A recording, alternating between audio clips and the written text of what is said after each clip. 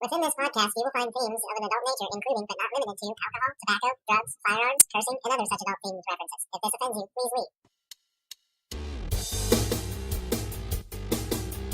I am Dr. Mario and I am saving lives. I look different in this game. I lost my hat, got a coat, Dr. White stethoscope. I am Dr. Mario and I prescribe high fives. Letter C, best medicine, so you fell down. In the Mushroom Kingdom, I'm the finest dog by far. I got my degree by watching House and Scrubs and ER. Brightly colored pills, they'll cure all your ills. Just as long as you've got fever or the chills. Take off your pants. Good. Now let's see. Turn your head and cough. Okay, now do me. Please? Does it hurt to pee? No. Is it hard to see? No. I am diagnosing you with HPV. You've got mononucleosis, halitosis, scoliosis. 15 days is my prognosis. You need red and blue pill doses. You've got scabies and phlebitis, chronic rabies, hepatitis. You'll be brave and you'll unite us. Then you'll die of meningitis. Wait. I'm wrong. You have crabs. Brightly colored pills. They'll cure all your ills. Just as long as you've got fever or the chills. I take it, floss. Dr. Mario. All right, and welcome to Duel Thought. Well, that was a really funny, great intro. I mean, Hilarious. I got to put it out to Brental Floss. That is fucking amazing, Oh, hilarious. Oh, hilarious. and it does bring to some of the points that will be in here. We will be talking about video games, so I did want to kind of bring them out there. Oh, that was a great intro. I do love that. What are we talking about today, JJ? Why don't you take it away? All right, well, let's start with video games. With that intro, you can't help but do it. I'm down. All right. What's the earliest video game you remember playing? Well, the earliest video game that I remember playing was actually off of the Sony PlayStation. It was 007 and Crash Bandicoot at the same time. I can't really tell which one was first because I played both of them, and it was so long ago that my memory is fuzzy. But those were my first games, and I can't tell you which one was first out of it. But yeah, that was the first time I ever played a Get a Game. Wait, get a gun? A video game. All right. You're confusing everyone here. What the hell is a get a gun? I don't know. It sounds like something for kids, maybe. Get a gum. Oh, yeah. Oh, I see. You get a mallet, and you chase after the gums, and you get them. Yeah, exactly. All right, hold on here. I think that my earliest, I gotta say, is Atari. I was more of the Invaders and Tank, and what was the other one? Adventurer.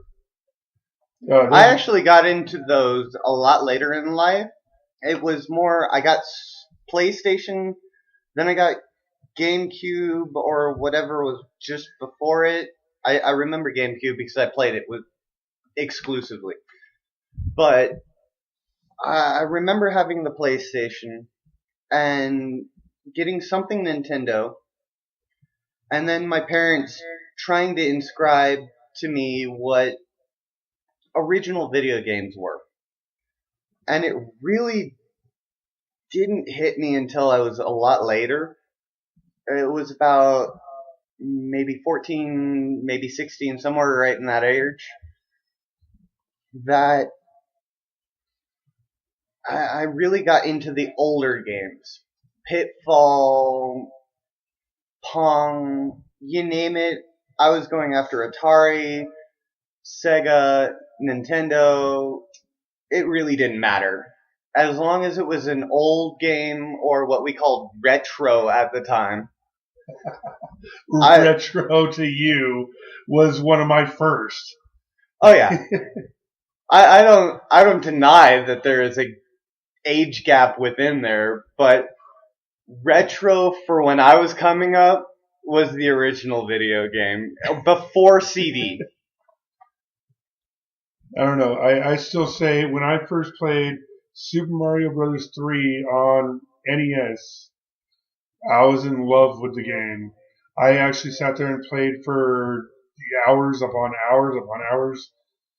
And honestly, still to this day, I can't even call that retro.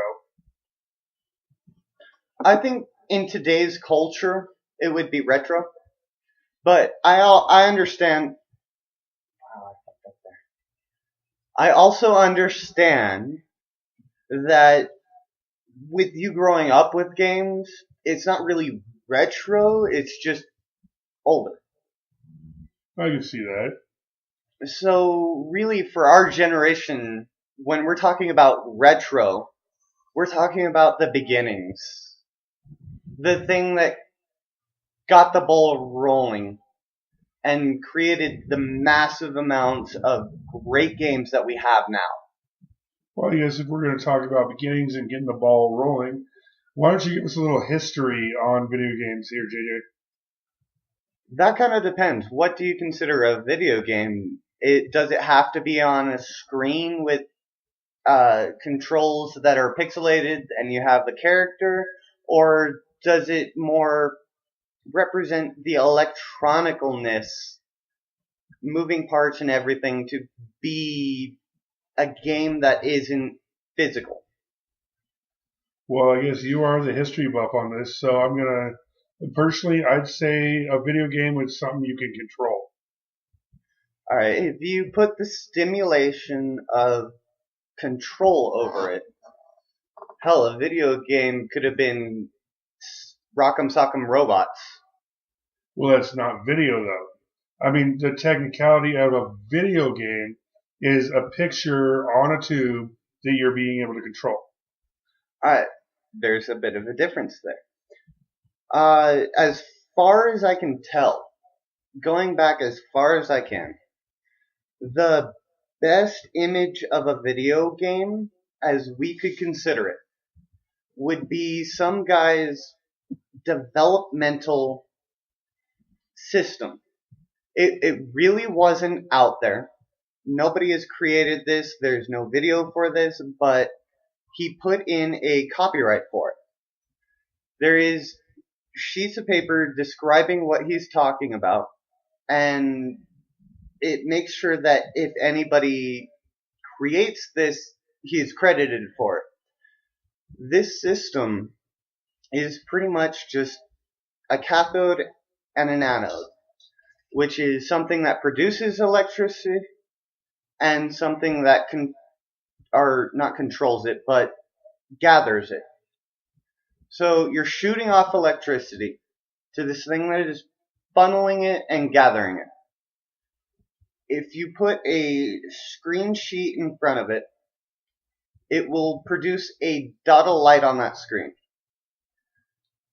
Supposedly, on this machine, there was a crosshair in the middle of the screen that you had to get to.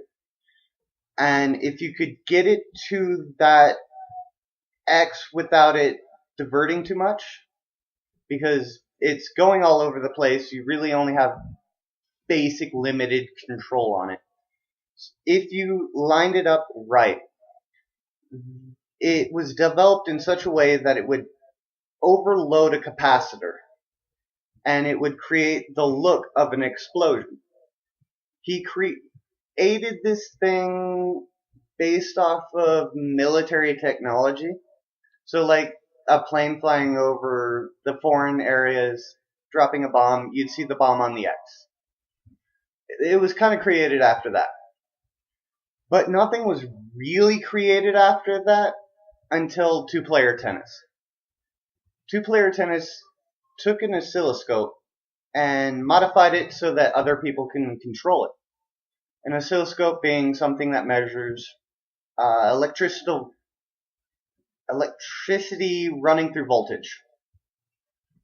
So he created this thing where when you plugged it in, it measured so that there looked like a net and a long field. And you could cause, based on pressing a button, one of the electrodes to bounce over it. Well, it kind of sounds like Pong. Not as technical as Pong. If you look at Pong, it was the straight line. You can control this paddle over here and a paddle on the other side. And the ball went between the two of them. In two-player tennis, it was flat screened. So your line was on the bottom. You had a small line for a net, and your ball was going up and over it. And if you didn't click your button in time, it would bounce off the screen. So you had to click your button in the timing so that it went to the other person without getting off your screen. Oh, it so was there a was no huge hit. paddle movement then. I'm sorry, what? There was no paddle movement then. No, it wasn't a really paddle game. It was more a button game. Press the button when it gets to you. I don't know. That sounds pretty boring to me. It was a huge hit. You would be surprised. It was more really an open house for this science entertainment center. But he wanted to do something that would capture people's attention. This echo is really fucking loud. Yeah, I know.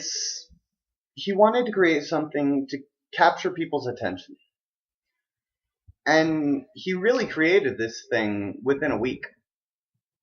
I don't know how he did it. He really hasn't said yet. All I know is that he took a modified oscilloscope and put it out to the public. And all you had to do was hit a button when it got to your side of the screen. It was massively popular. People being able to control something on a screen. Never been done before. It was amazing. People were lining up in droves for this thing. And it wasn't for another 30 years that we'd see what would be considered close to what we consider a video game. It wasn't until Ship Wars. Shit wars? Ship. Yeah, I have shit wars every day. Ship Wars was the beginning of the computer age. It was a micro PC at the time. It really only ran off of paper. You put in a piece of paper on one side, it'd read it, and create a program. From this, they created a type of program where the star in the middle of the screen was gravity. Everything else from it was the galaxy. And you had up to 4 ships on this screen, kind of battling it out. Lone ship standing was the winner. And they unveiled this for a 1v4 kind of competition. You against him, against him, against him. Again, we saw the same type of influx that you saw at two-player tennis. Everybody was lining up to try and play this or try and get it. It really wasn't a take-home thing. It was more, let's go out and have some fun.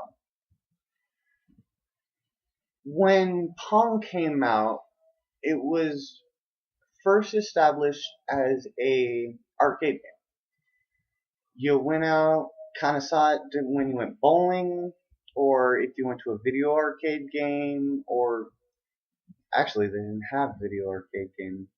Well, I do believe that Atari had Pong. Atari did have Pong as the home system, but when Pong was first introduced, it was introduced as a video console at bars and bowling alleys. Because you didn't have an arcade then. There was no such thing as an arcade then.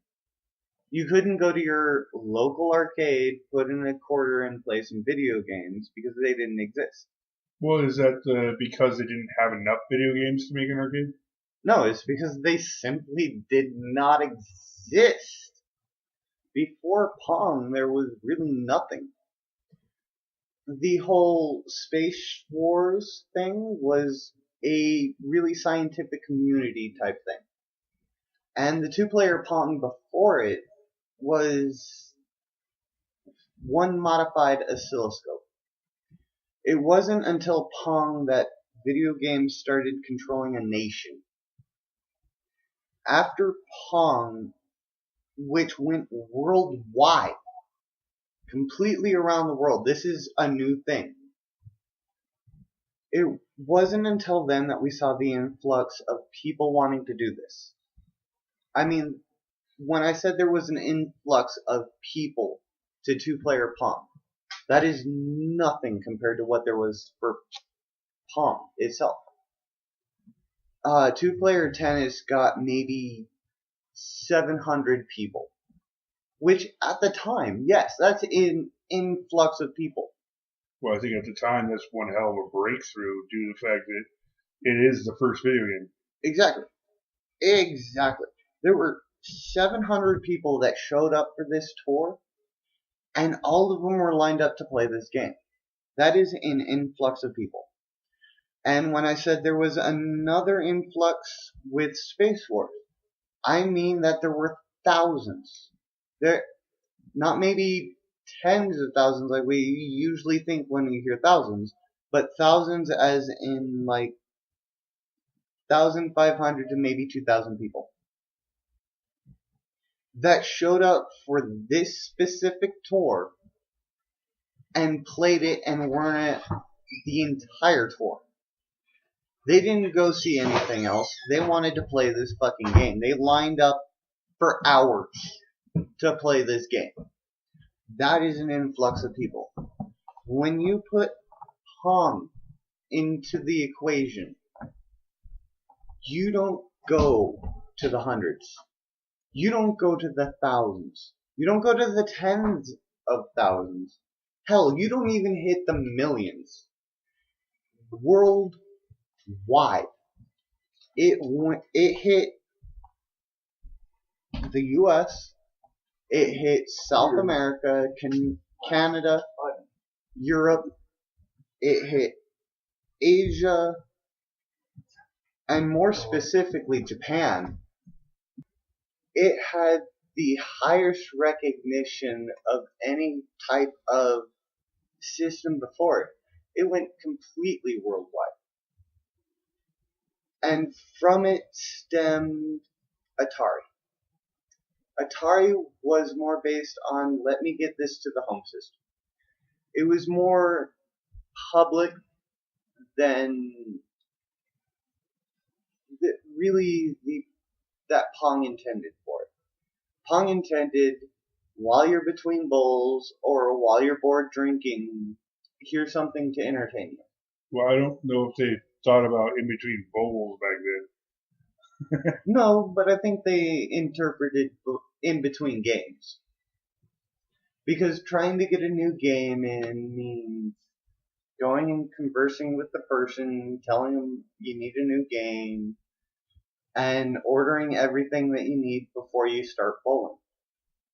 Which meant the people that had their shit together went and blew off some time. Either that was the time to go to the bathroom, or talk to people, or whatever. They decided, hey, let's put this thing in as a way to mediate the boredom. And really it blew up from there. There were more people with quarters across Pong than there were willing to play bowling. Video games blew up more than they ever intended. Which is where I think Atari came in. Atari created the first home game. I forget the first box. I think it was Megabox Odyssey. Yes, of course. We did see that one. I could be wrong. We could be wrong. I don't think it's Megabox, but I know it was the Odyssey. You know that was what they said. The Megabox Odyssey. Okay, and this was the first video game home system. The failure in it was the marketing. Because when they put it out in commercialized economy, it was the Megabox Odyssey, which they thought only worked on the Megabox TV. You still had Sony, you still had Panasonic. Oh, I think you mean the Magnavox TV. Magnavox. See, I knew we were getting it wrong. No. It was called Megabox. No, it was for Magnavox. the Atari. Magnavox. But Magnavox was the TV. So yeah, it was the Magnavox Odyssey. Yeah, I found it in my notes. Well, I misinterpreted that too when we looked at it, watching that documentary. Yeah. I did think they said Megabox. So it was the Magnavox. It was the same corporation that made the TV. So really what was unpopular about it was that Magnavox was not popular in society. Say Magnavox 3 times fast. Right? It's fucking hard. But when the Magnavox came out as a TV, it was not as popular as Sony and Panasonic were. It was out there, yes. There were like maybe 23 to 25% that had it. And when they came out, it was the Magnavox PC, or the Magnavox console. Yeah. It was called a PC because it connected, there was a video receiver. Well, hold on. Technically, the term PC means personal computer. Yes, in the terms of Bill Gates, and we'll get to that later. But it was the only medium out there, historically wise. We are talking about the history of video games. It was the only box out there, videologically wise, that connected to your TV and let you control it. However, there were major flaws with this system. It had a one dot that you controlled, one dot that was uncontrollable, and one dot that your opponent controlled. Kind of like Pong, but with single pixel. So you tried to get the pixel and bounce it around, or you were in control of the pixel and the bars were gone.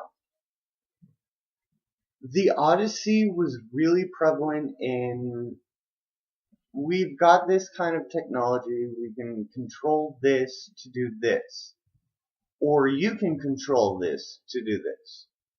But you needed something to plaster on your TV to understand what the hell was going on in the game. Meaning, like, you had a picture of a castle that you put on your TV, and you had to negotiate against the white dots that you could. Any black dot area on the picture that you put on the screen was out of bounds. But if you didn't have the screen on the TV, you didn't understand that. So you really, when you bought a game, bought not only the cartridge, but what went on your TV. That has gone forward with video game technology, where the Atari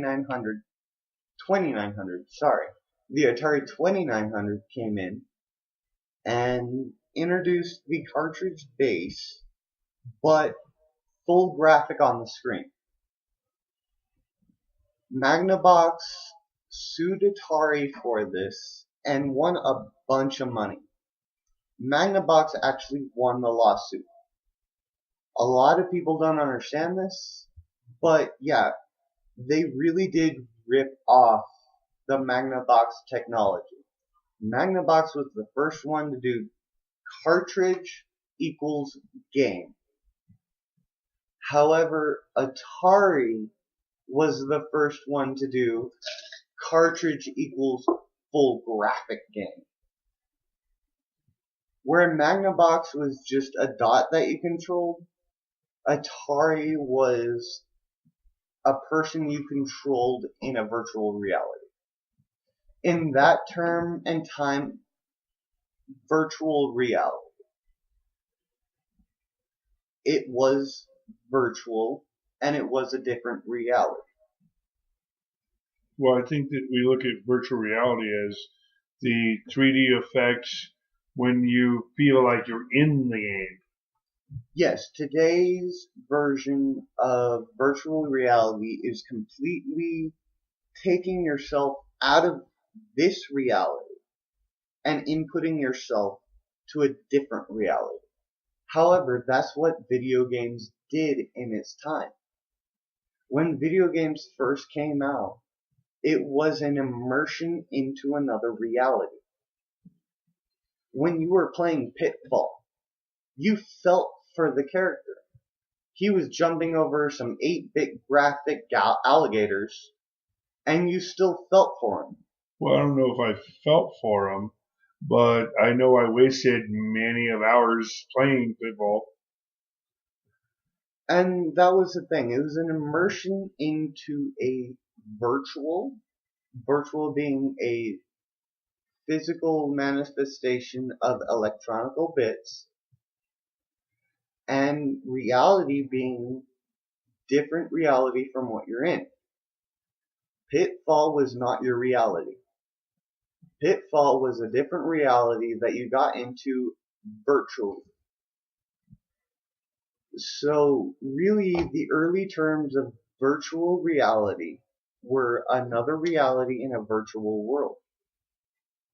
Virtual being visual.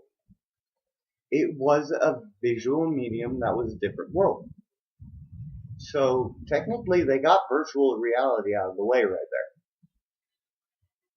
From there continued on, and Nintendo actually got more popular than Atari only because of E.T.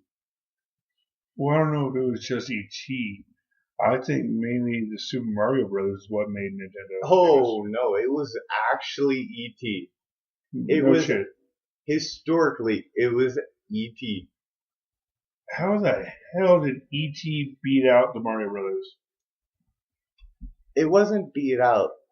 It was historically, Nintendo was the revival of video games, where E.T. was the almost end of video games. It's a me. It's a Mario.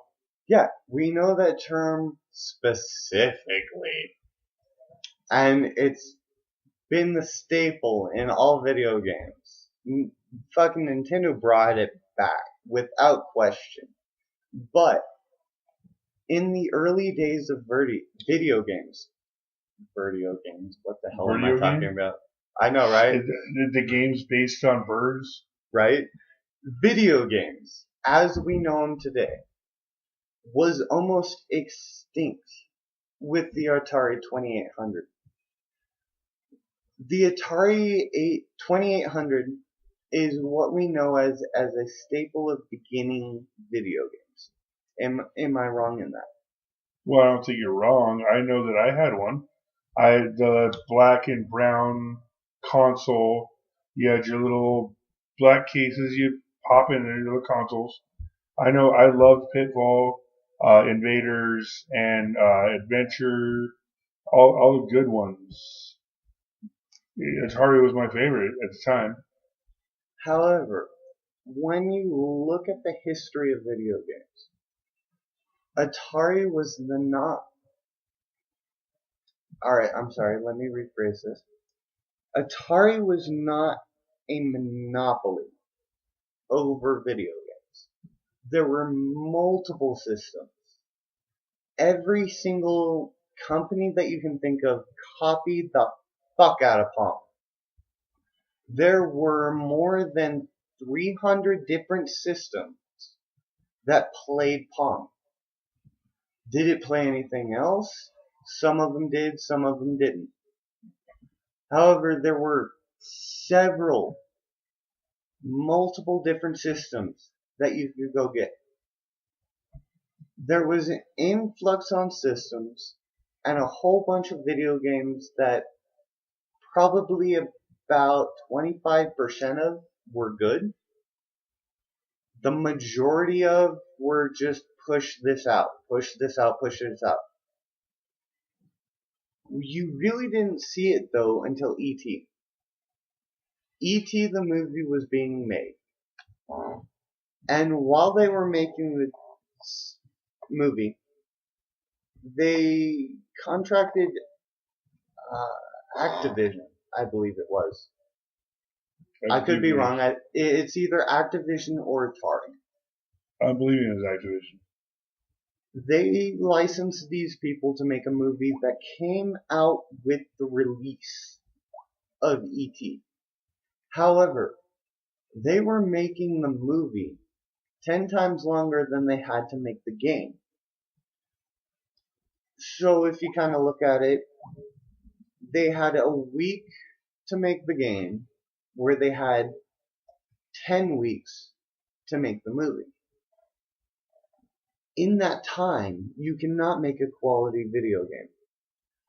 But this was Steven Spielberg's demand. It had to come out when the movie released. And what resulted was a very shitty game that got major publication. Whether it was you went to the movie and it was advertising this game, or you were watching TV at the time and it advertised this game, or you were listening to the radio and it advertised the game. It got major publication. The unfortunate thing is, it didn't live up to the publication that it was given, which caused a complete crash in the video game world. It really wasn't until Japan, with its video game centric community, they liked the virtual shit in their gambling. They loved the fact that you could control something. They were the pioneers of an arcade. They had Pong arcades. Full buildings dedicated to nothing but Pong. It was really there that video games took off. And it's where we get Nintendo. Nintendo is a Japanese company. And it had a beginning here in America, but it wasn't really received. We really did not give a shit about video games. It wasn't until Nintendo and Mario came out together. It was you can sell this, there's still a market for it to advertise to sellers. And there's this entire new development of an idea of what a video game is to consumers. And it worked. If that didn't work, video games would not be what they are here in America.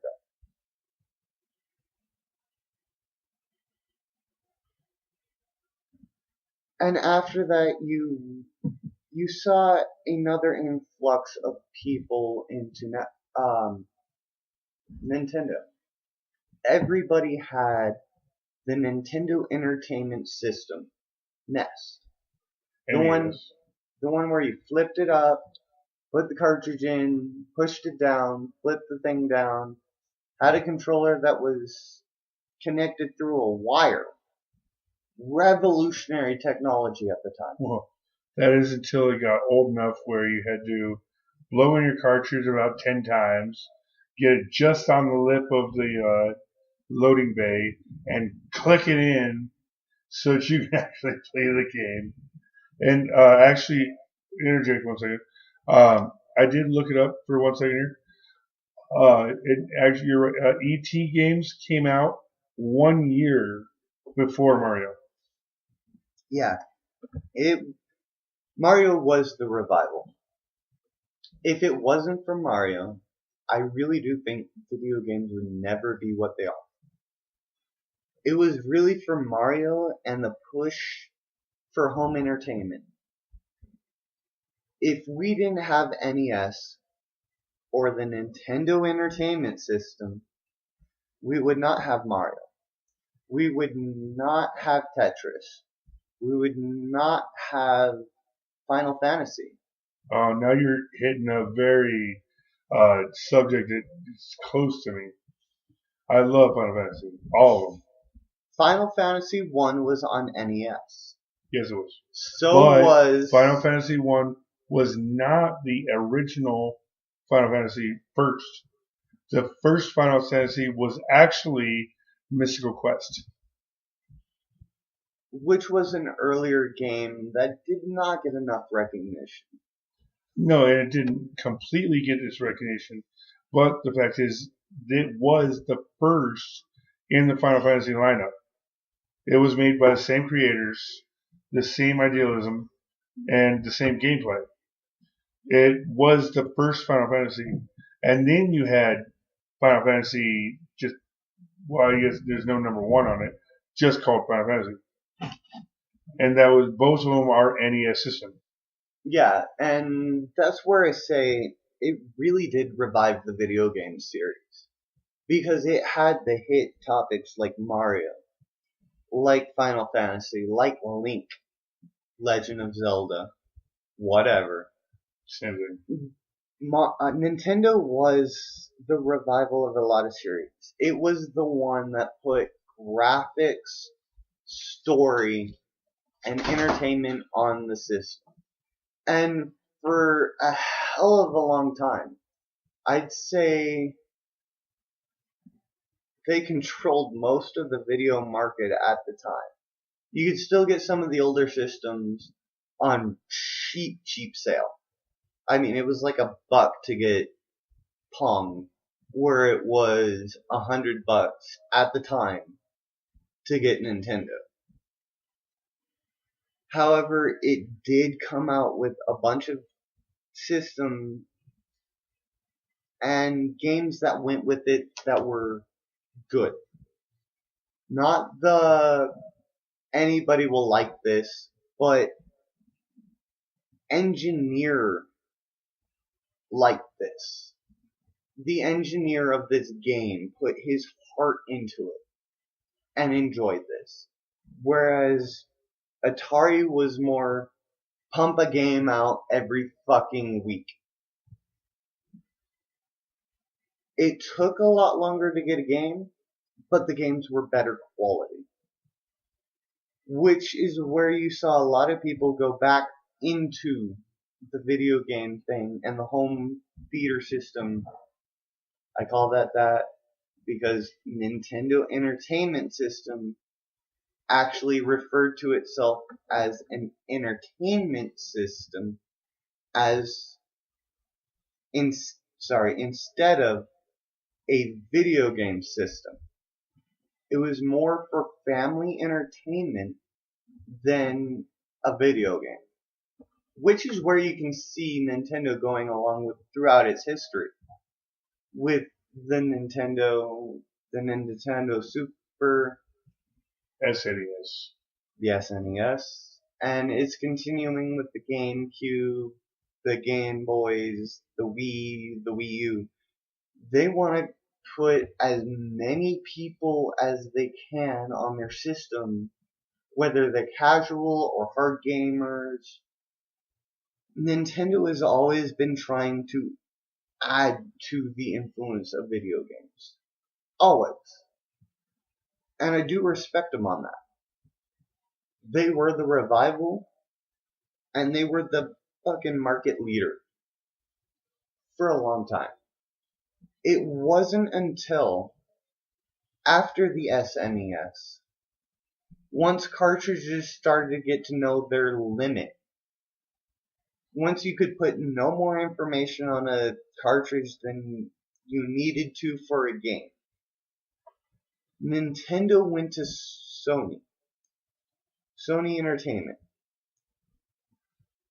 who created the first disc.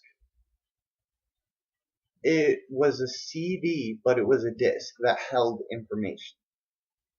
Sony was the market on CDs. And Nintendo went to Sony going, we want to create another system where we can plug into the old one and run discs. And Sony was behind this 100%. They were like, as long as we keep this software form of it, the stuff that we're creating, we're behind you. Nintendo went, I know you're creating this, but I want it on our stuff. They didn't tell Sony this. So kind of douchebags. Oh, very much douchebags. This is why I don't support Nintendo. Wow, really? You've been talking about this whole time, and you blanked out the name of Nintendo. I'm drunk. This is really why I don't support Nintendo. Nintendo went to Sony saying, create me this. Off of your technology, create me this. And they wouldn't let them keep the license to it. It's their technology. Why wouldn't they keep the license to it? So Sony did a broadcast and said, Nintendo is working for us. We're creating a CD reading platform for the Super Nintendo Entertainment System. A day later, Panasonic came out with Nintendo and said, no, we are not working with Sony. They wanted to keep their rights, so we're working with Panasonic, who will create the discs, but leave us their rights. And that's where you really saw a rift in the video game society. It was Nintendo versus PlayStation, cartridge versus disc. And now what's our rival? Now it's PS3, or all the PS systems, versus all Xbox systems. And if you're going to throw Xbox in there, I should just rewind a little bit. As PlayStation and Nintendo had its little war, there was a comment spewed, I can't remember who it was from, but it said, video game systems are more economically powerful than a PC. Bill Gates kind of saw this and ran with it. He already had a very powerful system, software-wise and hardware-wise. He had a very powerful system, but he wanted to get into where the money was. The money was in the video games. So the biggest system with PC, DirectX, came to Bill Gates and they created a system of a DirectX PC in a console, the Xbox. And it was marketed, and now we have our war. We have PlayStation, Xbox, and Nintendo. Third. Seriously, in that order, PlayStation, I feel, has a lot more fanboys behind it because it's been out longer. I feel that people are really sticking up for Xbox because it is the lesser. Well, in my opinion. I'm not going to say that as for sure, But I'm saying that people that are Xbox users, they fight tooth and nail over Xbox platform. When you mention something about, oh, I don't like the Xbox, they go nuts. Where the PS people, you say, well, I'm not really into that whole PlayStation thing. They're like, well, oh well. Yeah. But the major war right now is PlayStation, Xbox, or Nintendo. I'd like to throw in another contender. Console-wise, that is the war. But I think there is a growing generation right now that is PC or console. All the video games that are coming out for the console are also coming out for PC. There is a growing network online for PC, all the PC online games. You can get a lot more competition out of PC than you can get out of consoles. So I'm seeing a trend of almost, will the future be a PC-centric gaming system where you can keep interchanging parts to keep up with what games are coming out, or a console system where you need to get the next console to keep coming up, to keep up with what graphically and story-wise is coming out. I mean, you see it with the PlayStation and the Nintendo. There was the second generation, the PS2, the Xbox, and the GameCube. I think that was Xbox One, wasn't it? No, Xbox. Or regular Xbox. Regular Xbox was what came out at that time. Xbox 360 did come out before PlayStation 3, but at the time of introduction of PlayStation 2, it was the Xbox. Right, it's Xbox One now is the latest. Yeah. So it went Xbox, Xbox 360, Xbox One. Xbox came out first, Xbox 360 before the PS3, and then Xbox One as the PS4 came out. Makes me like PS systems a whole lot better because you have PlayStation, PlayStation 2, 3, and 4. Yeah. All in line. You don't have 360, 1, and a regular Xbox. But there are even video games that are corrupt on that one. I mean, look at Mortal Kombat, for hell's sake. They never had a 5. We think we know what 5 is. We say what 5 is based on their numerological exploitation of these video games, but it was never called 5.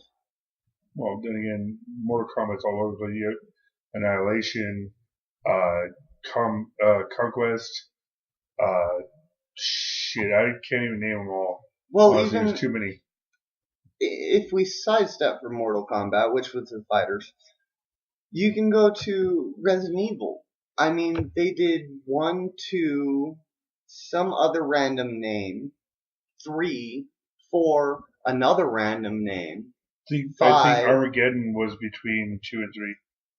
I mean, they didn't do it chronologically, so I can kind of understand where Xbox is coming from. Yeah, that's probably just going to make me go with PS more than anything else. I like it all in order. Well, that's the order side of you and not the chaos side. Yeah, it's true. I mean, you really don't want the chaos side to come out. No, it's the scary side that I don't want coming out. I've seen it. I don't want to see it again. Anyways, back on topic. What is our topic? Video games, history. Are we wrapping up the history yet? We're done with the history. Yeah, about goddamn time. All right. Anyways. Hey, I tried to get it out as fast as I can, and you didn't interrupt. I only interrupted a little. You interrupted where you felt like you had an opinion, not where I was like, interrupt, damn it, get me off this train of thought. All Actually, all you out there, I'd like to hear your opinion on your preferable game consoles: Nintendo, PC, Xbox, and PS system. Email us at dualthought@gmail.com. The dual thought DUEL. is made DEUL. I know I messed up and spelled it wrong. So it is DEUL thought at gmail.com. And you can also comment underneath this video. We are posting this on YouTube. That is true. And you can comment as well on our Facebook page.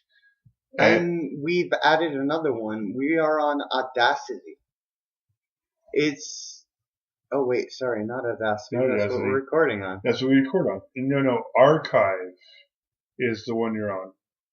Yeah, we're on Archive. It's more the audio than a video.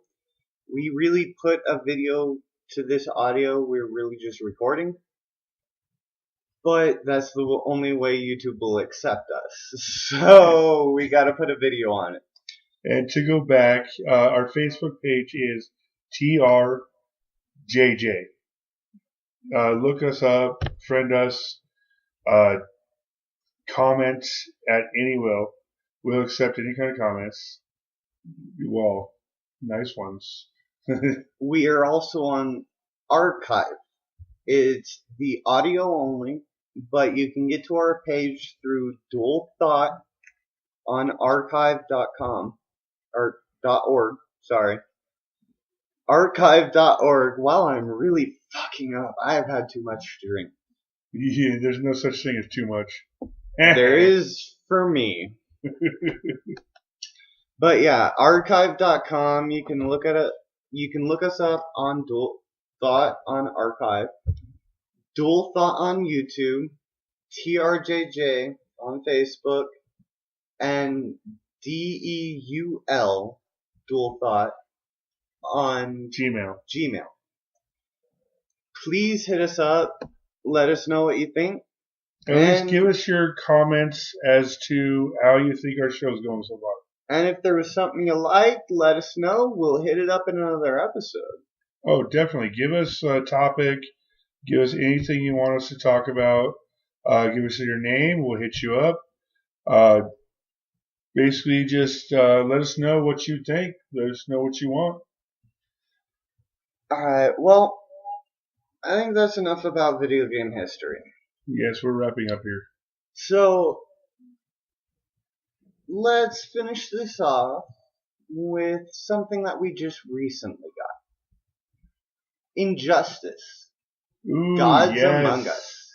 I guess we are still on video games here. Haha. It's video games, but we're done with video game history. Video game Injustice. Gods Among Us. I love it. We actually stayed up just the other night as we bought the game, and we defeated first round, for that matter, in one night. Oh yeah, I was addicted to this the moment we put it in. Freaking, we didn't even do story mode at that time. It was just let us put it in and multiplayer it. Whatever multiplayer is. We didn't even know what the hell the game consisted. We were just like, put it in, 2 people, and it turned out to be like Mortal Kombat. Basically, yeah, and we played each character without playing them twice.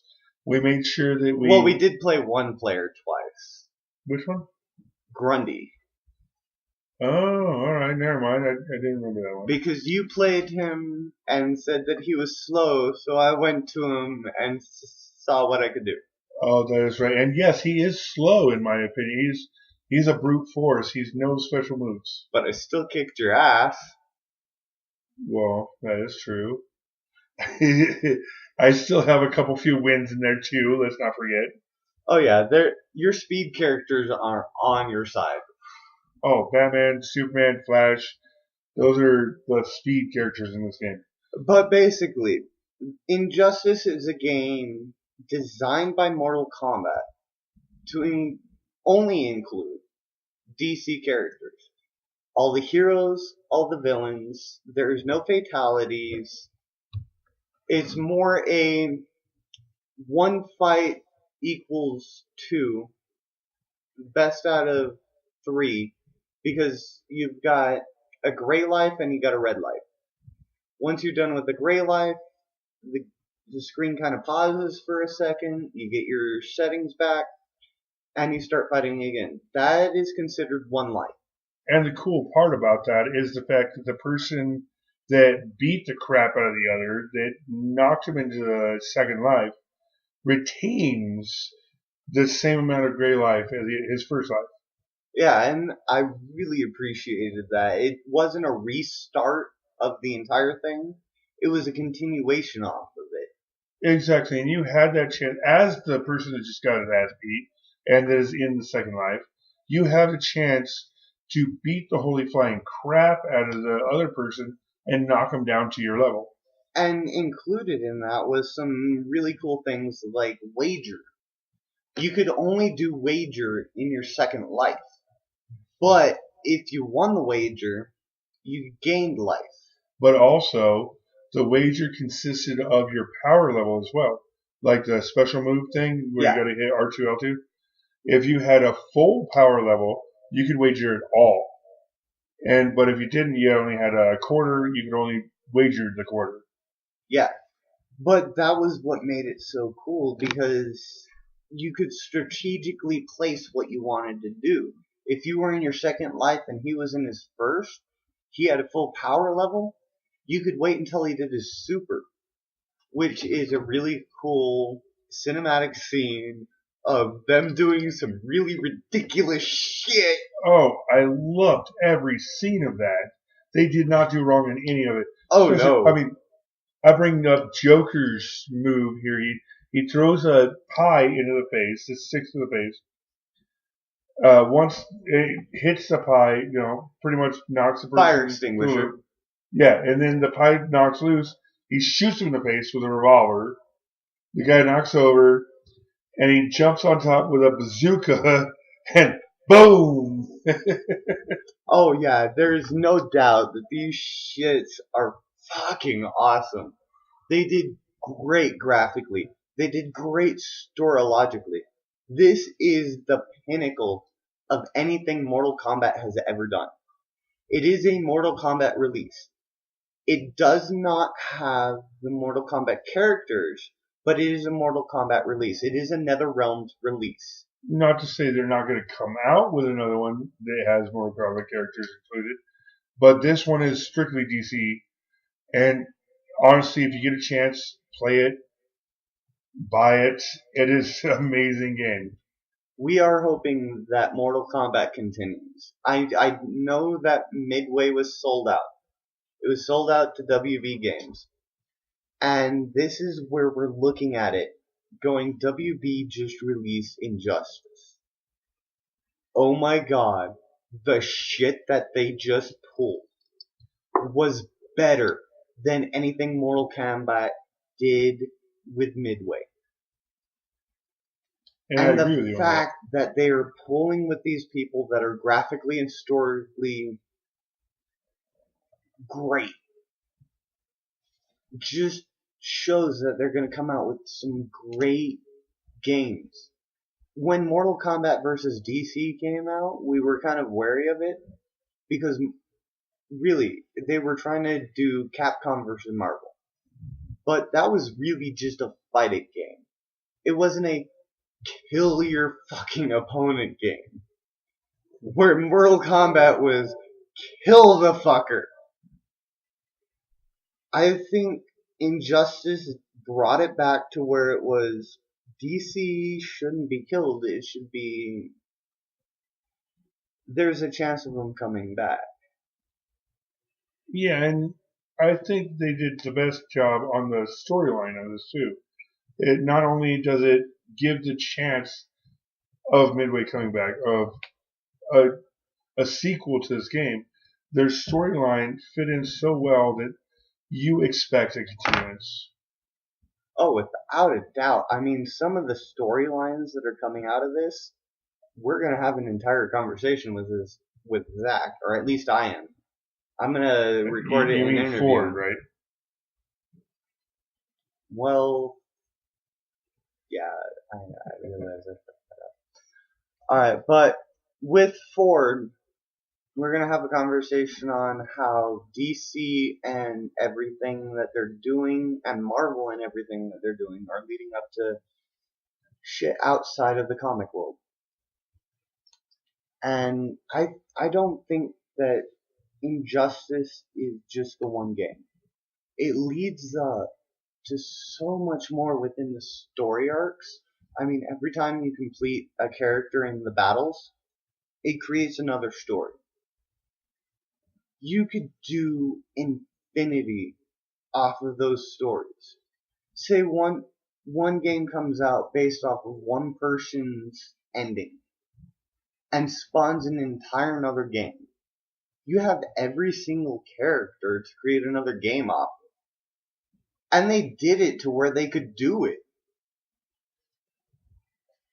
Oh, they did indeed. I mean, it's basically, it's kind of one of those, if you finish one thing, it affects the other. And it's one of those things where it depends on your movements, depends on what you do in the game to prolong the game, to get it to run to something new. And honestly, it is one of the best games this year, I gotta say. I think it took a lot from what Soul Calibur did and a lot from what Mortal Kombat did. And I'm glad that NetherRealms was a part of this, because they could only emphasize what Mortal Kombat did. But they took the best of both realms, story-wise, what you would do in it, and made it a great game. All right. Well, that is our wrap-up of our video game knowledge today. I hope everybody enjoyed the history from JJ of video game history. A brief statement over history. Yeah, like I said, could go on for hours on the history of games, but we don't have that kind of time. In fact, he has went on for hours about the game history. You can't go further in the future if you don't know what you've done in the past. That is true. Like I said, you get a chance, play Injustice. You know, you're gonna love it. You really are. Please comment. Please let us know what you think about our podcast so far. This is episode 4, so we're still releasing as much as humanly possible. So please let us know your opinions, your thoughts on what we should be talking about, and let us know what you think of what we're doing. And before we wrap this up completely, I'd like to throw out another shout out to 6 and 60, specifically DJ Smite. You guys have been more than helpful on the equipment. This is our first podcast on the new equipment. We love it. We couldn't have done it without you guys. We appreciate your support. DJ Smite, we love your input. Pip Snaggles, thank you for the hookup. Motherfucker Jones, god damn, you influence a lot of this. Mean Bean, keep being mean. Irish Car Wreck, do what you do, bro. This has been Dual Thought, where we duel out the thoughts that come to our heads. I am TR. And I am JJ. You all have a